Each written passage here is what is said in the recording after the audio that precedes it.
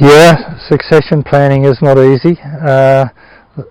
It's no different in Australia. There are many young people that would prefer an easier life than being a farmer. There are lots of opportunities now in all sorts of jobs that weren't even around when I was growing up. But if you look at the big picture in world food supply, I would argue that particularly in Tasmania, where we operate in mostly niche markets, we have a great opportunity to make agriculture profitable, every bit as profitable as most other enterprises. And I think that's starting to resonate with the younger generation now, because food production around the world is going to be a challenge.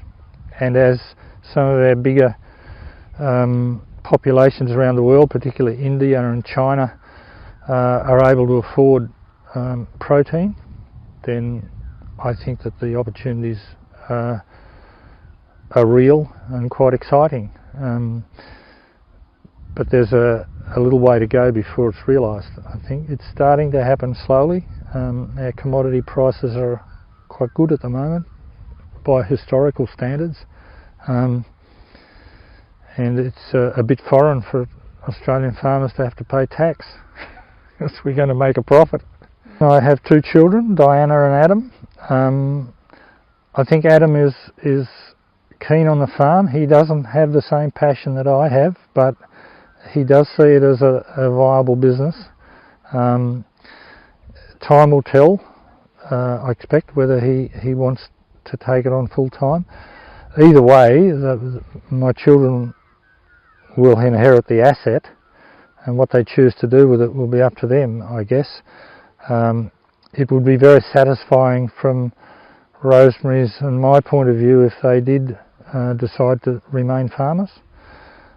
But I've seen so many families where the expectations of the younger generation were put on by their parents that they must carry on with the farm, and it does not work.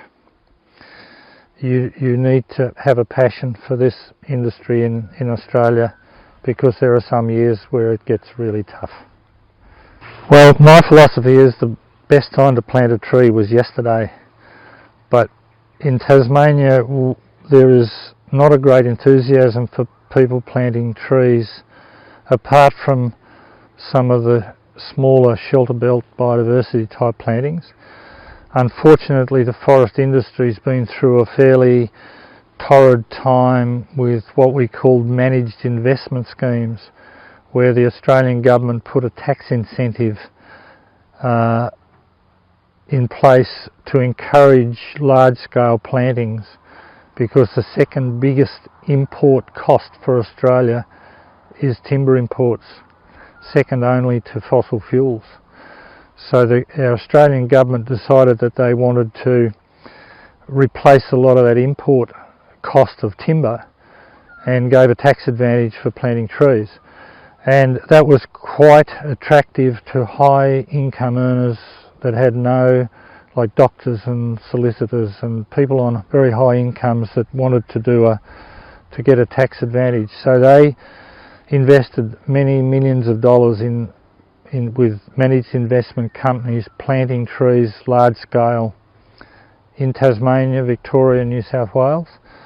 And that model was not sustainable. Most of those companies went broke, went into liquidation, and the assets became stranded.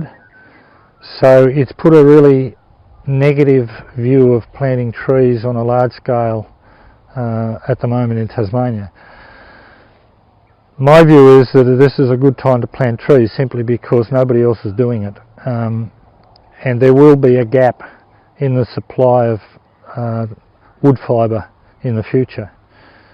The general feeling in circles that I mix in is that there will be a shortage of wood fibre in the world in the medium to long term, and if you're into growing trees, then you need to think long term.